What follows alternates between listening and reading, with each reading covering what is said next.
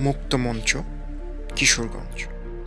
বর্তমানে corona virus পরিস্থিতির জন্য কিশোরগঞ্জ জেলাকে লকডাউন হিসেবে ঘোষণা করা হয়েছে। সেজন্য সাধারণ জীবনযাত্রা কিছুটা স্থবির বলা যায়।